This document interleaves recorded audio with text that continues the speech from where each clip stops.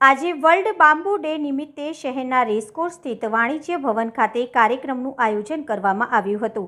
તારીખ 18 સપ્ટેમ્બરના રોજ વિશ્વ બાંબુ દિવસની ઉજવણી કરવામાં આવી રહી છે। ત્યારે વાંસ, જેને બાંબુ તરીકે ઓળખવામાં આવે છે, તેનાથી ઘણા ફાયદા છે। વાંસની પુષ્કળ પ્રમાણમાં ઓક્સિજન મળે છે। તદુપરાંત વાંસમાંથી ઘણી વસ્તુઓ બનતી હોય છે, જેના કારણે વાંસનું ઉત્પાદન કરતા ખેડૂતોને પણ ઘણો આર્થિક લાભ મળે છે। આગામી દિવસોમાં ખેડૂતો માટે 1 કરોડ વાંસનું અભિયાન હાથ ધરવામાં આવશે। ગુજરાતમાં સૌ પ્રથમવાર વડોદરા રેસકોર્સ ખાતે આવેલા વાણિજ્ય ભવન ખાતે વર્લ્ડ બાંબુ ડેની ઉજવણી કરવામાં આવી હતી, જેમાં મુખ્ય અતિથિ તરીકે મુખ્ય વન સંરક્ષણ ગુજરાત રાજ્યના એપી સિંઘ, સ્થાયી સમિતિના ચેરમેન ડૉક્ટર શીતલ મિસ્ત્રી સહિતના આગેવાનો ઉપસ્થિત રહ્યા હતા।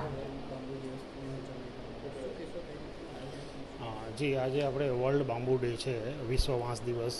એ નિમિત્તે ખેડૂતોમાં વાંસ વાવેતરની જાગૃતિ ફેલાય એ માટે વન વિભાગ અને બીજી NGO સાથે કોલેબોરેશનમાં આજે એક ખેડૂત શિબિરનો કાર્યક્રમનું આયોજન કર્યું છે આપણે, જેમાં વડોદરા અને આસપાસના જિલ્લાઓમાંથી ખેડૂતો ભાગ લેશે, જેમને બાંબુના ખેતી વિશે અને બાંબુની પ્રોડક્ટ શું બનતી હોય છે, એમાં શું લગાડવા બાદ સરકાર તરફથી શું પ્રોત્સાહનની યોજનાઓ ચાલુ છે અને આગળ માર્કેટમાં શું છે એના વિશે થોડી સમજણ આપી અને બાંબુના વાવેતરનો વ્યાપ વધે તેની કોશિશ કરવા માટેનો આ કાર્યક્રમ છે।